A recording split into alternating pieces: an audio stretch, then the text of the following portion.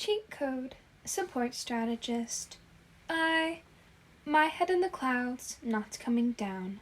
Read by Rat Overlord. Chapter 70. Interweaving. Summary. Getting to the mall.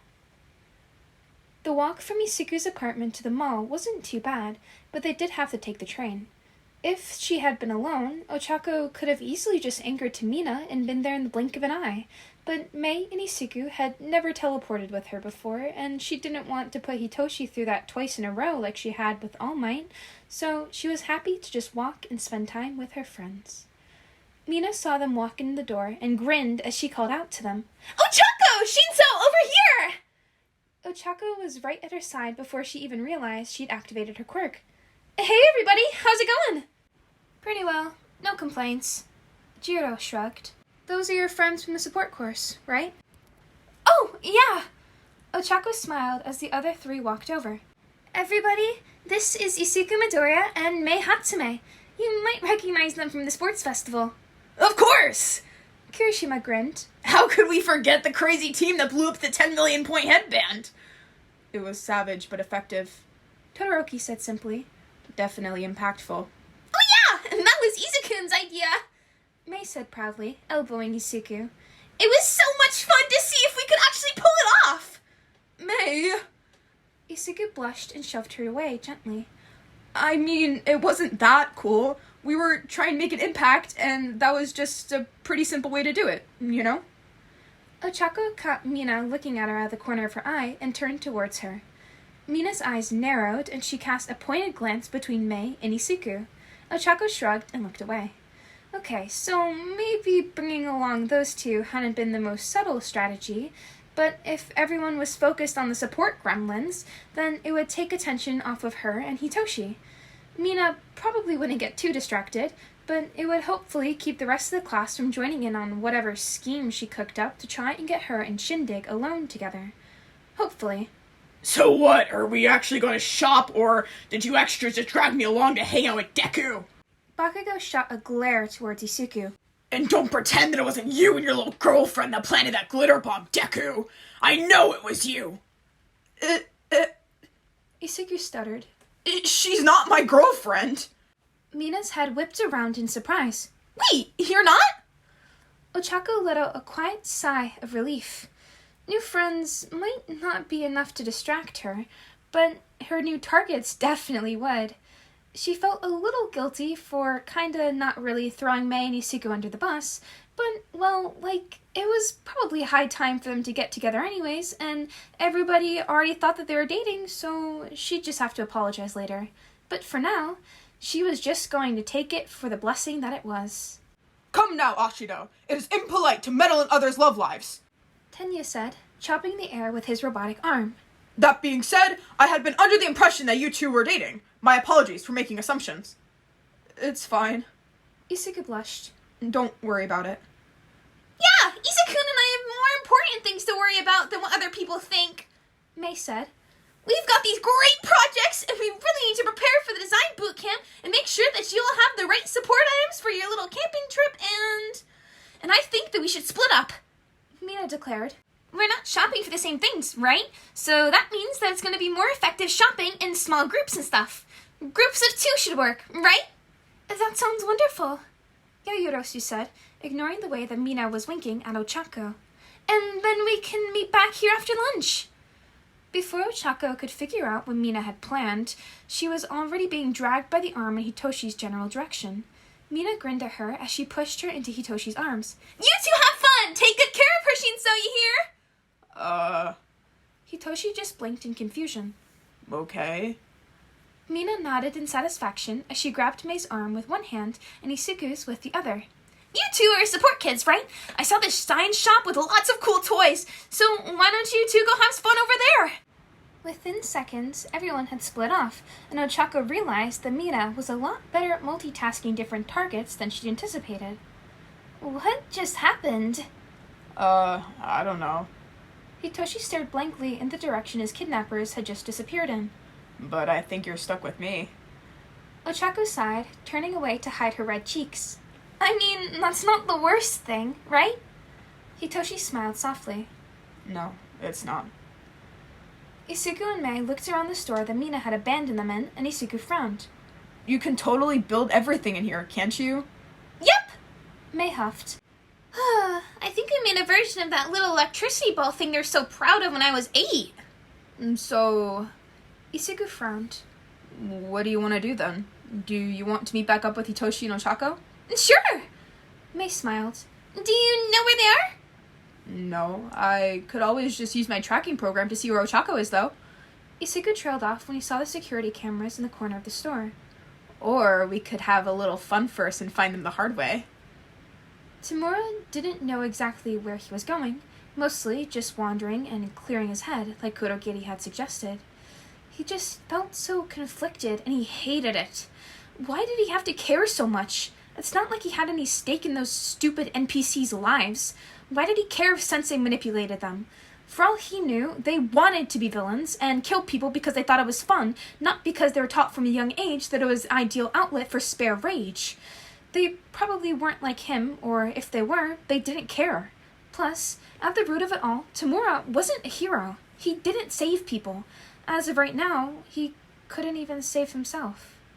He found an apartment, finally, one with absolutely zero ties to All for One, and a decent monthly payment.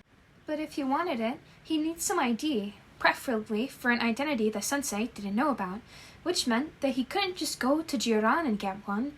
It was possible, sure, but was it worth it? If Sensei never found out, things would be fine. But if he did find out, then what? If he knew Tamura was trying to leave, would he just kill him without hesitation? Or would he find a way to manipulate those desires into his own evil plans? Tamura wasn't sure which option was more frightening, but both were something he would prefer to avoid. Life sucked. Eventually, he decided to head towards the mall. There was a new zombie game that had come out a few days ago that he really wanted to try out. He pulled up his hood and made his way there without anyone recognizing him. Not that he thought they would. Even after the USJ attack, his face hadn't really been on the news and people weren't expecting him, so everyone just assumed that they were safe.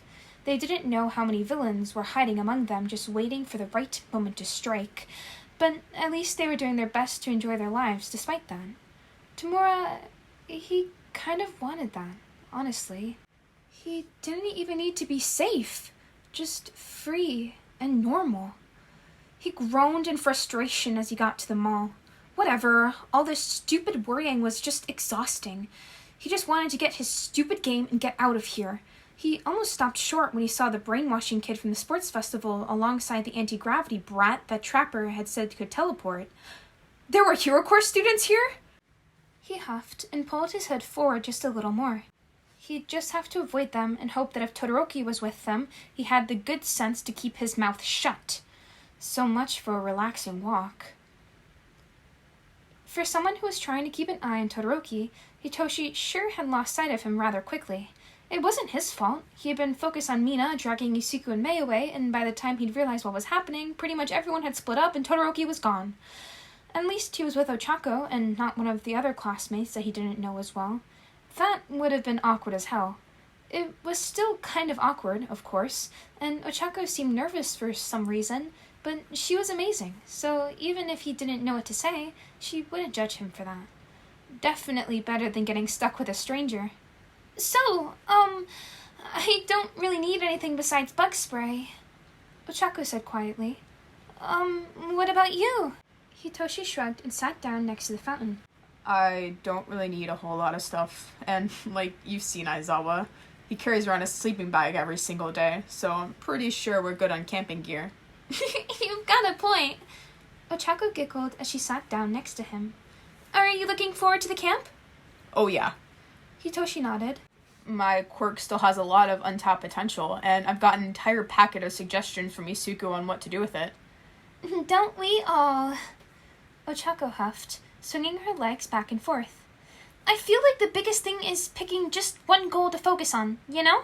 Like, do I want to focus on teleporting farther, or carrying more weight, or maybe getting our classmates used to the G-forces so that I can take them with me? There's just so many things that I need to improve. It's hard to know where to start, you know? Definitely. Hitoshi agreed. I've been thinking about working on my information gathering skills, because Isuku ran some tests a while back and figured out the theory of it, but we never got any farther than that. Ochako frowned. So, you can't just ask someone a question and they'll answer? It's not that simple. Hitoshi sighed. I can order them to tell me something I already know pretty easily, but getting new info requires partial control. It's like I'm the GPS, but they're driving the car. Theoretically possible, but we've all been so busy with the sports festival and then everything that's been happening with your quirk that I haven't really worked on it much yet.